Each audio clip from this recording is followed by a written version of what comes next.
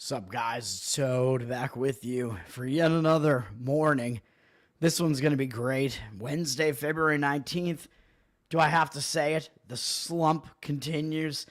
I was on a nice run up through Saturday, and now I've hit another roadblock. It seems like it never ends with college basketball, man. College basketball has been unbelievably bad for me this year. At that point, I was like almost at the point where I was about to be on the plus side again with college basketball, I think, and now certainly I am not after these last couple of days. And what can you even say about this? 1-4 last night. Most of them were not even that close. Marquette with the win, winning in a blowout to finish off the slate. I think that was the latest game. I don't even know.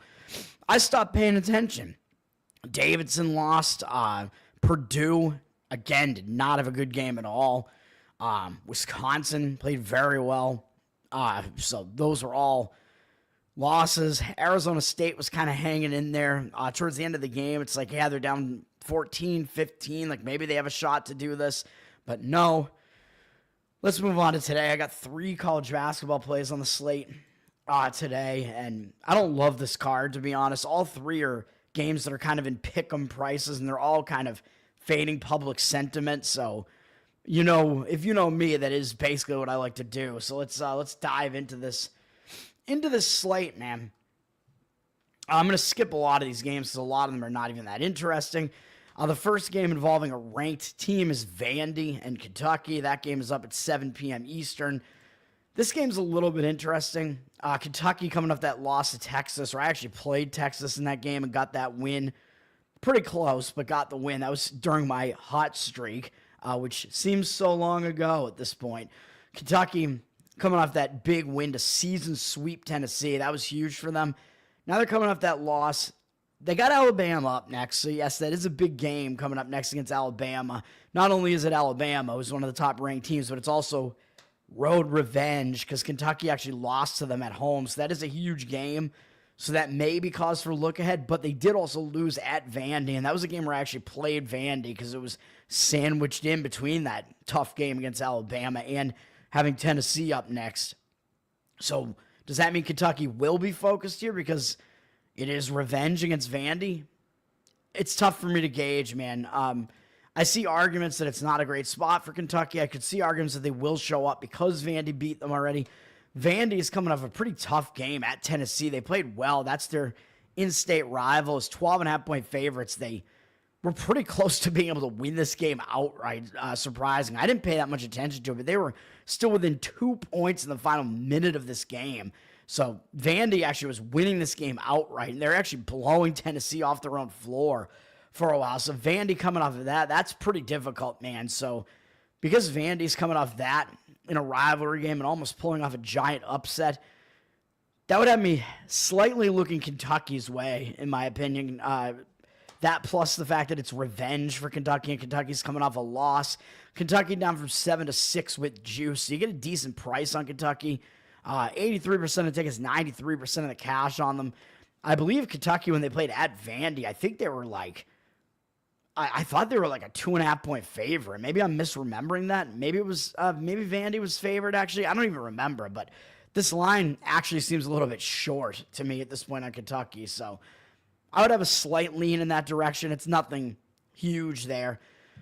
Cincinnati and West Virginia is going to be a big game just because both of these teams are fighting to try to still keep their tournament hopes alive. West Virginia down from a 5-point favorite to a 4-point favorite at home here.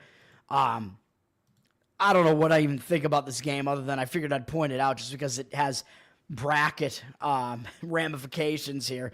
Cincinnati was on a nice 3-game win streak, although not against great teams. But then they went on the road to Iowa State and lost. I'm not going to blame them for that. Iowa State, very good, especially with their key player back, whose name I always forget, and it's not easy to pronounce, some Eastern European name or something.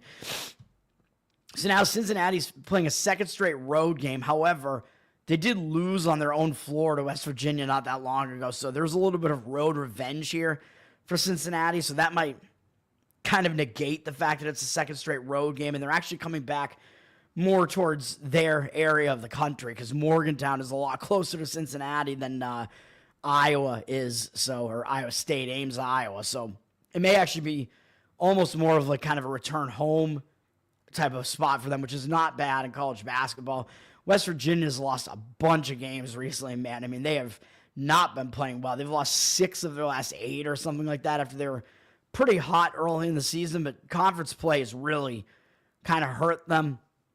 And now they're coming off a pretty big game against Baylor, really. Not only a big game, they actually were 9.5-point dogs, and they took Baylor into overtime in that game. So that was a pretty big performance as an underdog. And now it's road revenge for Cincinnati and West Virginia's Texas Tech up in 3 days. So that would have me leaning to Cincinnati, man.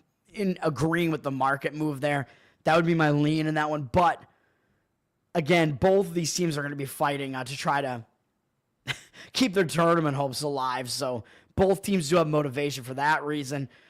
SMU, I was potentially looking to maybe fade them as they just came off that game against Wake that was pretty big. They beat Pitt handily the game before that, and they were on a nice roll, man. I mean, the ACC is a pretty bad conference, but SMU has been handling it pretty well.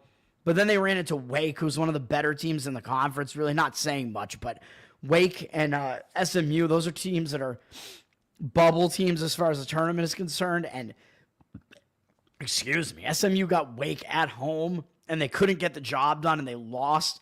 So even though they lost as a favorite, I don't know that that's going to put them in a bounce-back spot, or if that's the type of loss that's going to hang them over. I don't know, because now they have to go to South Bend, which SMU is new to the ACC, so not really used to these venues. So that might make that a little bit tough. And they got ranked Clemson up next in 3 days.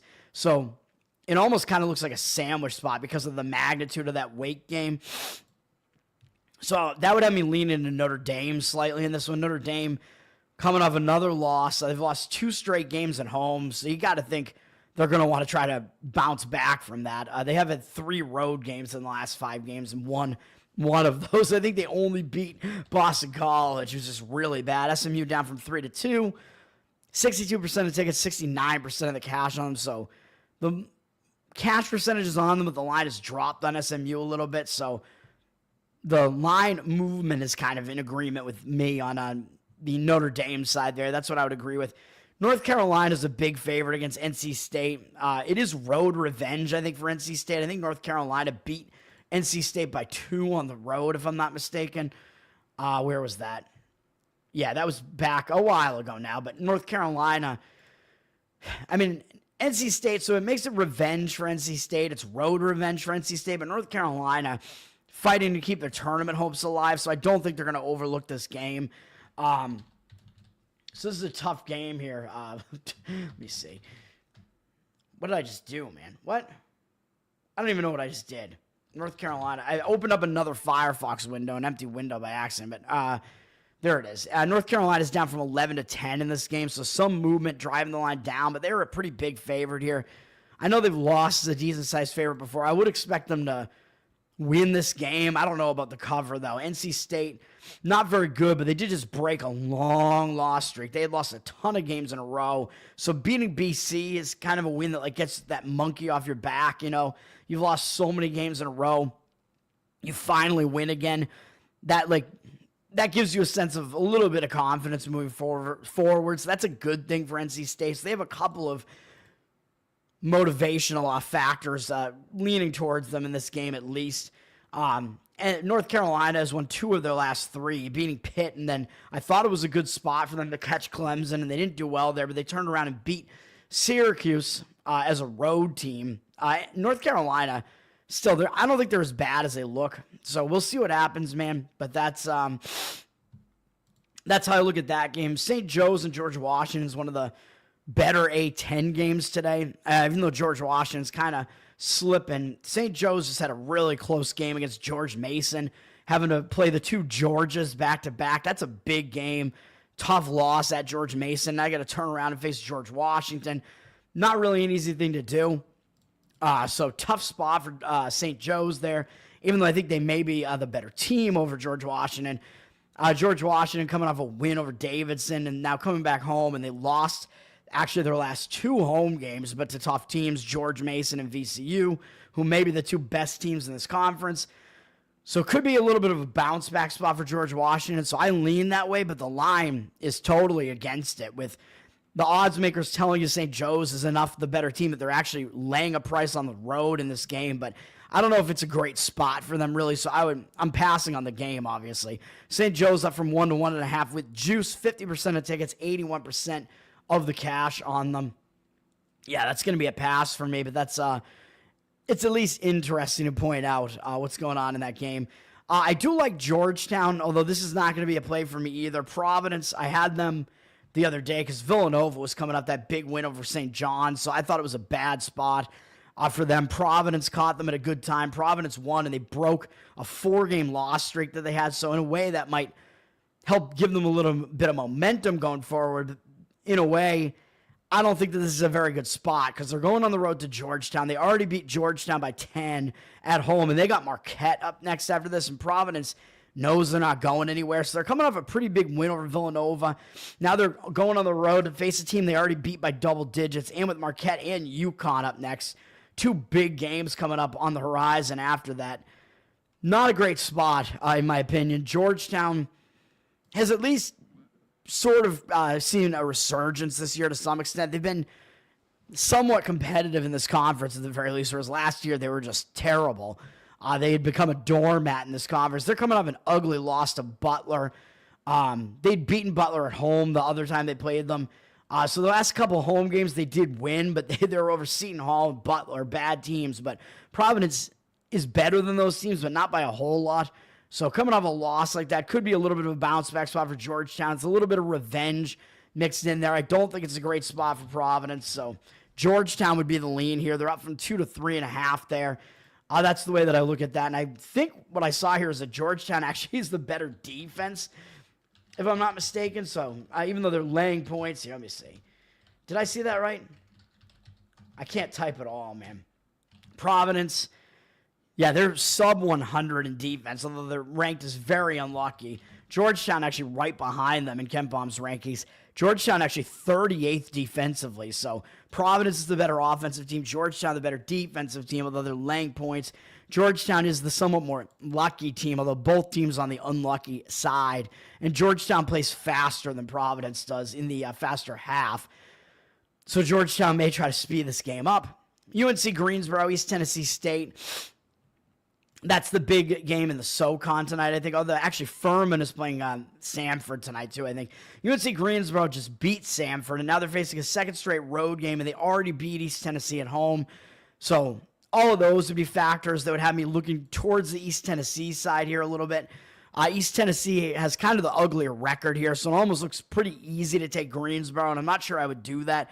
I did have East Tennessee over the weekend, and they barely got in with that cover against Chattanooga there, because I got the hook on the 7.5, barely got there. Now they're returning home off of that, where again, it is a revenge spot for them at the very least. Last time they were on this floor, they beat Samford and then Furman the game before that. So they have been better at home than on the road, which is not saying that much. So maybe a slight lean to East Tennessee there. The line is down from 2.5 to 1.5 on them, though. So some money coming in on the NC Greensboro side. Just take all these leans with a grain of salt, man. I mean, sometimes I'm really nailing a lot of them, and sometimes I'm not really that close. Drake is facing UIC. Drake, they're coming off loss to Bradley, man. So Bradley got their revenge. Drake had won on the road at Bradley. I thought Drake may be able to take care of business at home. They didn't, so Bradley evened up the season series against them, got a little bit closer to Drake. So Drake still fighting to try to maintain the 1 seed in this conference. It is revenge for them, too, because they only have 3 conference losses. One of them was that one to Bradley, obviously, and the others were Murray State, which I believe they already avenged. Yep, they already got them back on the road, and the one unavenged loss that they have is Illinois-Chicago, and that's who they play today. So because that's their only unavenged loss, they might actually focus for that reason. But then again, Drake had won a ton of games in a row, man, and their 2 conference losses were the 2 games prior to that, and then they went on a roll after beating Bradley. When you're used to winning like this, you've won so many games in a row, and then you have a step-up game like this, and it's a tough game, and you only lose by 2. That could put you in a bit of a hangover spot coming off of that, so that might take precedence over the fact that it is revenge for Drake. I don't think it's a great spot for Drake for that reason. Illinois-Chicago, on the other hand, had lost 4 straight games, 2 of them on the road.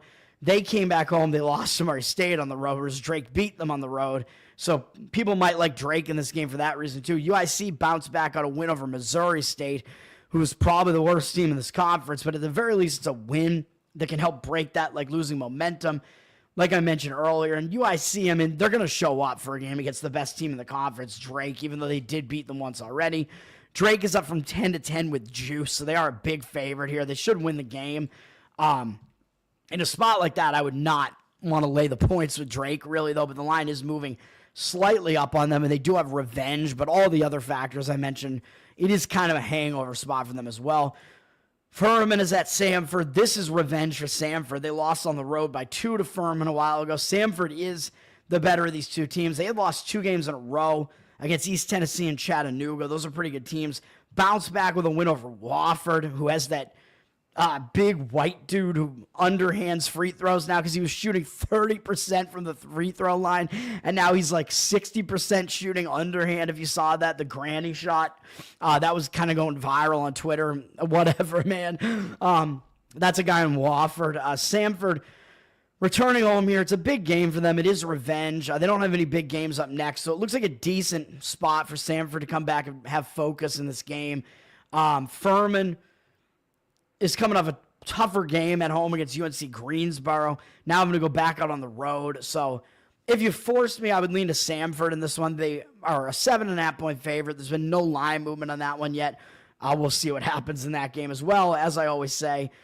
Finally, we're getting to one play that I have. One of the 3, Illinois State plus 1.5 is my first play. This doesn't go until 8 p.m., and it's actually on CBS Sports. Looking at these teams' records, man, you got Bradley with a very pretty record. But you already know what I'm going to say because you just heard me talk about Bradley Drake. If you know how I handicap, you know why I'm doing this. Not only is it a misleading-looking spread, yes, Bradley is the better team. Yes, the odds makers are telling you that. Bradley with this really pretty record, and the line is basically just around pick the winner. It looks really easy to take Bradley, especially seeing what they just did. They just beat Drake. So how could they possibly lose to Illinois State? Well, that's kind of how this works, man. I think it's a major letdown spot for them. I mean, I don't know that it's really a look ahead to Murray State, as they already beat Murray State once on the road, so that's more of a big game for Murray. But this was like the game of the year for Bradley, man. They were able to even up the season series against Drake. Huge win for Bradley. I think that was their biggest win of the season because they faced a pretty weak out-of-conference schedule, which I'll get to in a minute, why I think maybe they're a little bit overrated right now. Now this is a second straight road game coming off that huge win. They already beat Illinois State, although it was only by 4 at home, but they did already beat them, so it's a little bit of revenge for Illinois State. Illinois State I don't think is that bad. They're kind of a mid-tier Missouri Valley team this year. They're not one of the doormats, so they can compete. I mean, they didn't do that badly on the road at Bradley. They've lost 3 games in a row, but 2 of them were on the road. One was at Northern Iowa, and that team is good. And that was a second straight road game. And they lost to Drake. I mean, I'm not going to badmouth them for that, but I think that makes it look even easier to take Bradley here because you're thinking, wait a minute, Illinois State just lost at home to Drake, and Bradley just went on the road and beat Drake, and you're basically just asking me to pick the winner here. Obviously, Bradley would have to be the side, right? I mean, I think that's going to be the public's reaction to this. Again, I like to fade what I think is going to be the public sentiment like that when it looks way too easy, and I think it does look way too easy here. I think this is a bounce-back spot for Illinois State, man. I mean, they had 3 of their last 4 games on the road, which I think was part of the reason why they lost 3 in a row. Now they're coming back home. They lost their last home game to Drake, so I think they're going to want to bounce back. Last time they were on this floor, they didn't have the greatest game, so it's a chance to win at home again, win for your fans, and they only have 1 home game left, so they only have 1 other chance to do it. So to me, it looks like it is going to be a focus spot for Illinois State here. Let me see. What do we got? As I keep looking at the SSH and stuff, I never hit the right thing anymore, man. It's in the morning. It's early. What am I looking at? Let me just find Bradley. Yeah, Bradley's up from a pick 'em to 1 with juice. This line is moving up. I don't agree with that move. Like I said, I think Bradley might wind up being public in this game. This is in Normal, Oklahoma, man, not Effington. If you're familiar with Ben Folds, he wrote a song about which the town is actually Effingham, Illinois, but Effington just sounds funnier in context of the song, and he makes fun of the name of the town, basically, and he does reference Normal as well as being kind of the opposite of Effington. Are they effing in their cars? Effing in the streets? Yeah, whatever. However the song goes, I don't remember. But yeah, Normal, Illinois is where Illinois State is. Bradley, let's see what we got for Ken Palm here. Let me see. He's got them as a top 100 team, but he has them 31st in luck index. So he has Bradley pretty high up in luck.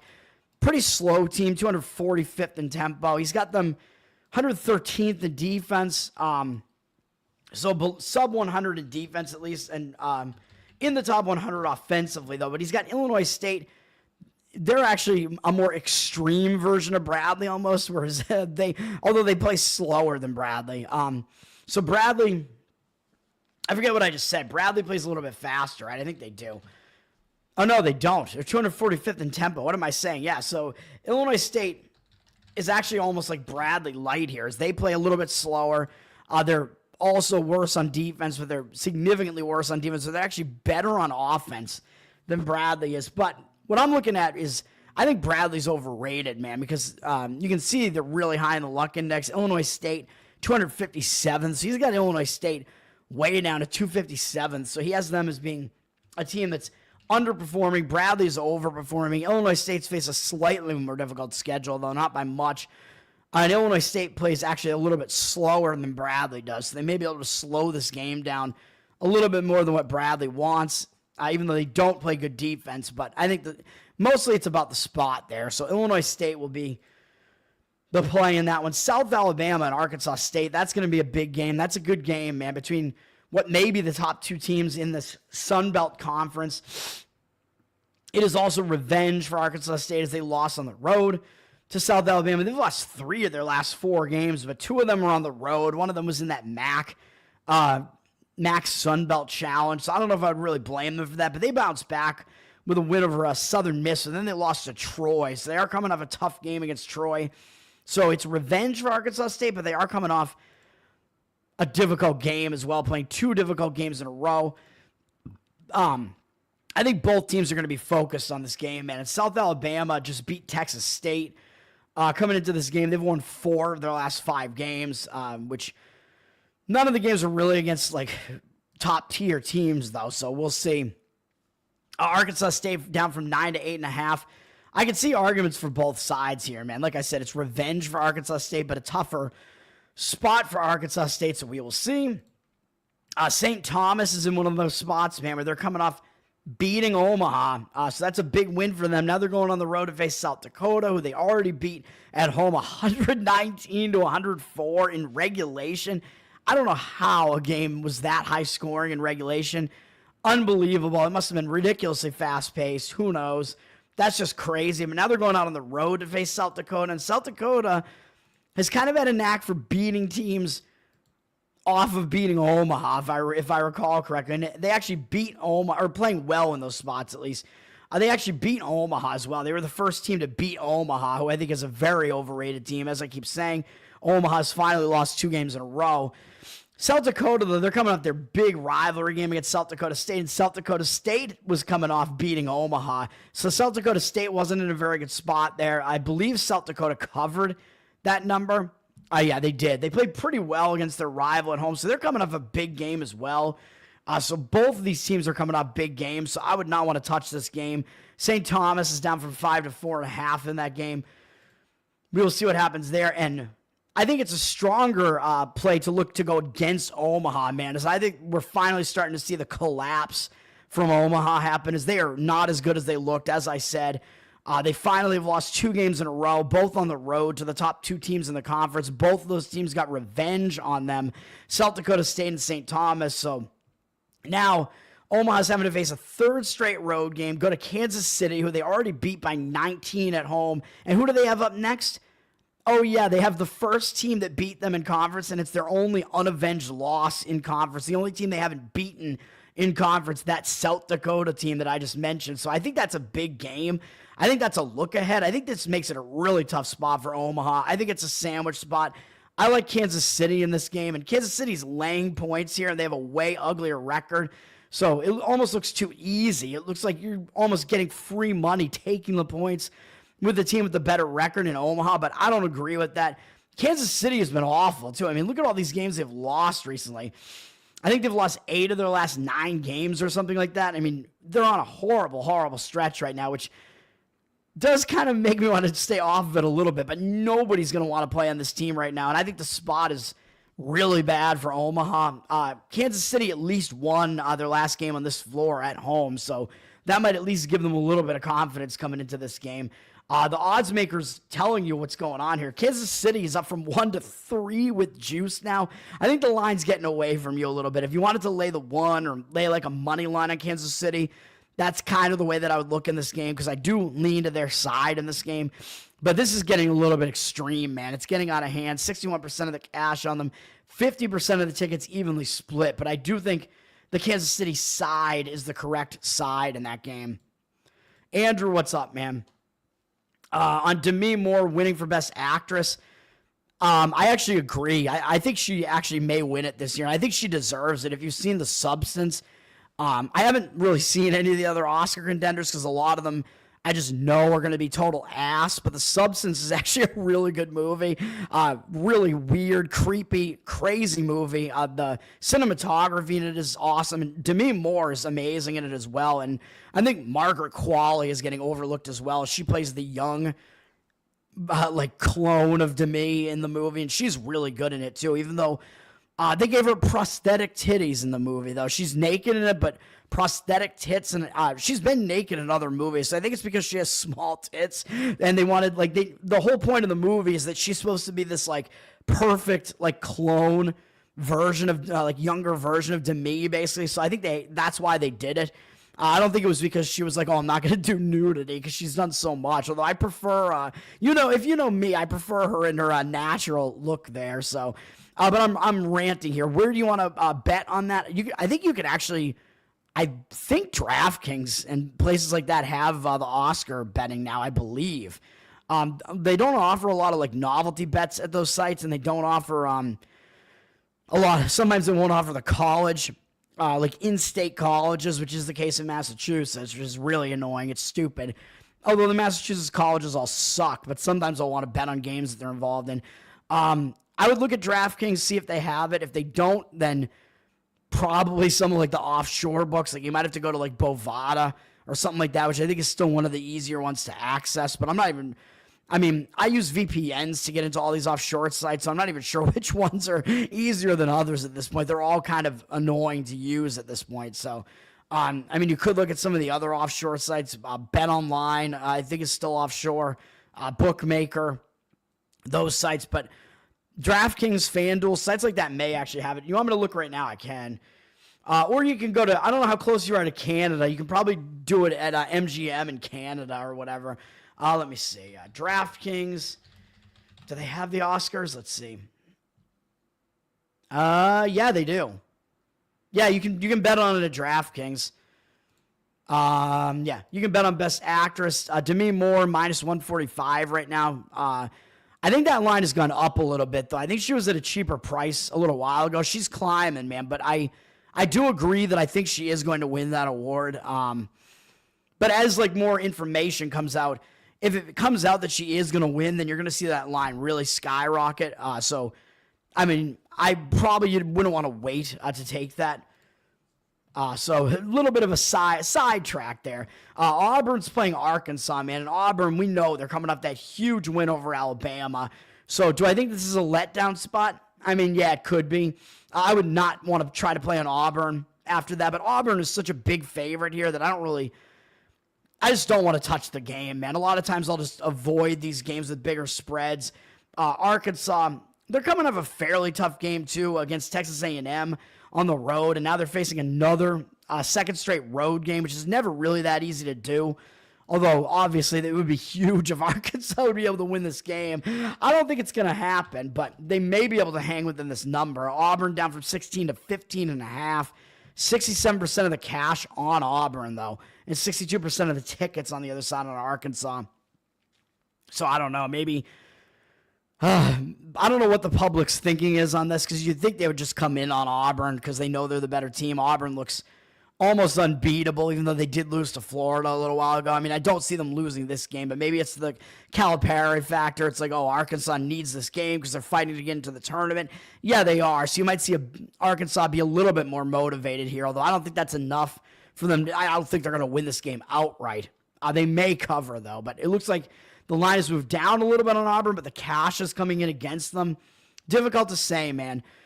Next up is a play for me, Missouri money line. I found it at minus 110 out there, man, just straight at a pick'em price. I would rather do that than lay the one. You can lay one on them as well, which if you want to do that, I mean, fine. But if they win by exactly one, it'll push instead. I mean, I'd rather get the win, baby, especially when I'm paying the exact same price that I would on a spread anyway, pretty much at minus 110. This is number 4, Alabama, number 15, Missouri. This may be the only ranked versus ranked matchup today. I believe it is. This is actually, I guess, the biggest game on the schedule. It's on SEC Network, maybe on ESPN as well. I'm not even sure. I guess it isn't. Arkansas Auburn's on ESPN, so I don't know how this game winds up getting bumped for that game. It's the Calipari factor again, man. But Alabama, I think they're going to be in a hangover spot. I mean, I know they didn't. I know this game wasn't that close, but it was close enough that I think you could say that they're coming off a big game. I know Auburn had the lead the whole game, but Alabama did not go away in this game. And this is a highly touted game, man, between number 1 and number 2. Alabama had just gotten up to number 2. It's the big Alabama rivalry, the Iron Bowl. This game was a huge game for Alabama. A game like this where Alabama gets way emotionally up for it and they play the full game. They put in a full effort. I mean, they were within a couple scores in the final couple minutes of the game. Huge effort for Alabama, and they lose the game, and they had won a bunch of games in a row prior to that. They'd won 7 straight games prior to that. So I think this is the type of spot where they get hung over, man, and they're now facing a third road game in 4 games. That's not easy to do. They got Kentucky coming up after this, who I know they did already beat Kentucky once, so that's a big game. Kentucky has such a big name around them that might even be considered to be a bigger game than Missouri, even though Kentucky is ranked lower than Missouri right now. And I think Missouri probably is the better of those two teams. I'll look at KenPom in a minute, but I think it's a tough spot for Alabama for all those reasons. And even though Missouri's been in the SEC for a while now, having to go out to Missouri is still kind of a weird travel spot for these SEC teams. So all of that being said, I don't think it's a very good spot for Alabama. Missouri, even though I've been saying I think Missouri is a little bit overrated, I don't really trust them. I think they kind of came from out of nowhere this year and just completely turned it around. They weren't expected to be doing any of this year. So as far as like when it comes to tournament time, I'm not sure I would expect Missouri to go that far in like the NCAA tournament, but this is a spot where I think it makes sense to play them. And they're coming off a couple easier wins. They had a rough stretch. They lost a couple games in a row at Tennessee, but played real competitively in that game. Played really competitively against Texas A&M, too, coming back home. So that is a good sign. And they annihilated Oklahoma. Went on the road and won easily against Georgia, which I didn't really expect either. So Missouri playing better than I would expect them to have been playing. And they beat both Mississippi teams before that, too. So Missouri's been playing pretty well pretty much throughout the entirety of conference play, man. So you really can't knock what they've done. They've been pretty good at home as well, as I was kind of pointing out. I mean, in conference play, how many home losses do they even have? They have that one to Texas A&M by 3 points, and I actually think that might be the only one. So they only have one home loss in conference, although they face some of the easier teams in the conference as well. This is Alabama. Alabama's not a pushover, but I think this is a much better spot for Missouri to get this done here. Alabama's down from a 1-point favorite to a pick 'em now with juice. 73% of tickets, 90% of the cash on them. So they're public. I don't know that the cash percentage is going to continue to be on their side as the line looks like it is dropping. If you can get Missouri as an underdog, I mean, obviously you can do that as well. I mean, that's better than playing them at pick 'em or as a favorite, obviously. But I like Missouri for all those reasons in this game. St. John's is at DePaul. I mean, I don't like the spot for St. John's here, but do I want to come in and try to play DePaul, who's awful? No, I don't really. I mean, St. John's has had this run of big games all in a row against Marquette, UConn, winning both of those. Going on the road to Villanova, where I played Villanova in that game, and I was able to get that one right. Tough spot for St. John's. They bounced back. I played them in this game, and they pushed for me. They bounced back and beat Creighton, so now they're coming off another big win. That was a revenge win. I believe Creighton, was the only team in the Big East that had beaten them and that they hadn't avenged that loss. So that was a huge win for St. John's. Now they go on the road to face DePaul, who they already beat at home by 28. So I don't think they're going to pay much attention to DePaul. And they got UConn up next, even though they did just beat UConn. I mean, UConn is always a bigger game. So St. John's, it is a sandwich spot for them, and it's a game where they may not really have a whole lot of focus against DePaul here. St. John's, they do play fast, so they also like to play defensively, so sometimes their games can be a little bit slower, so laying a lot of points on the road with a team that plays better defense, maybe a bit of a tall order as well. DePaul has just been playing awful, though, and they've lost a bunch of games recently. They've lost 6 of their last 7, only beating Seton Hall at home. Seton Hall, even though I know they beat UConn, the other game, they're not good. That was my only win last night, was fading Seton Hall, and they got blasted by Marquette last night. Pretty easy win for Marquette, even covering that big number. DePaul, they are returning home, and they lost their last home game to Villanova, though. So it is a spot where typically you'll see a team kind of bounce back and play a better game. So the situational aspects of this would have me leaning to taking the points with DePaul, but I'm just going to pass on the game. St. John's up from 12.5 to 13, 80% of the tickets, 97% of the cash on them. So it looks like the money is actually coming in and driving that line up a little bit, which I don't understand. So again, I'm just going to stay completely away from that. Gonzaga and Washington State, this is a weird one too. I mean, this one hurts my brain, to be honest, because Gonzaga, I've been saying that they're a lot better than they look. People are just blasting them this year, and if they wind up as like an 8-9 seed in the tournament, I think they're going to be kind of dangerous, man. Like, I think if that's the case, I think they should probably be able to win that game, and then I think they could pose a threat to the 1 seed that they're up against, especially if it's one of the lesser 1 seeds. We'll see what happens, man. But Gonzaga, I think they're very under the radar right now. They did just come off a win where they scored over 100 points against Pepperdine, though. So they might be feeling a little bit high on themselves. This Washington State team, they already beat at home by 13, and they have a big game up next, man, against basically their biggest rival, St. Mary's, and that's also revenge. St. Mary's the only team ahead of them in the conference standings right now, and St. Mary's beat them the last time they played them.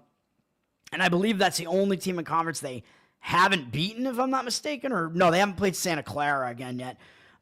They did get the revenge against Oregon State already, but they have not replayed Santa Clara yet. So those 2 games, and those 2 games are up next, and then San Francisco after that. So they might consider all 3 of those games to be bigger than this Washington State game. And with Washington State being new to the conference, Gonzaga is not used to going to, I don't think they're that used to going to Pullman, Washington, although maybe I'm wrong, because this is still, it's not a big travel spot just because it is close to where Gonzaga is. I mean, they're both in eastern Washington, so they're both like in the Washington State's in Pullman, Gonzaga's in Spokane, so they actually do probably play each other more often than I think, even though it's a venue they don't really go to, I don't think every season, but still.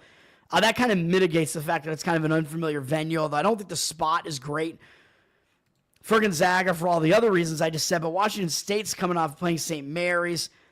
They did lose pretty badly, though, by over 20 points, so maybe it's a better bounce-back spot. And you just see Gonzaga just annihilated Pepperdine, and Washington State just barely beat them. And Washington State's lost 6 out of their last 7 games, although almost all of them were on the road. 5 of them on the road, and it's a new conference for them, so these road games in unfamiliar venues are not that easy for them. So all of that does have me leaning to Washington State a little bit, even though I do think Gonzaga is very underrated right now. The line's down from 14 to 13.5. They're laying a lot of points on the road. Oddsmakers telling you how good they think Gonzaga actually is. But in this spot, I don't think it's a great spot for Gonzaga, but I will just pass on that game. Then we got, Utah State. I think they're in a sandwich spot. They just lost to New Mexico. That's a tough loss, man. Losing big game to New Mexico, the other top team in the conference. And they got San Diego State coming up after this.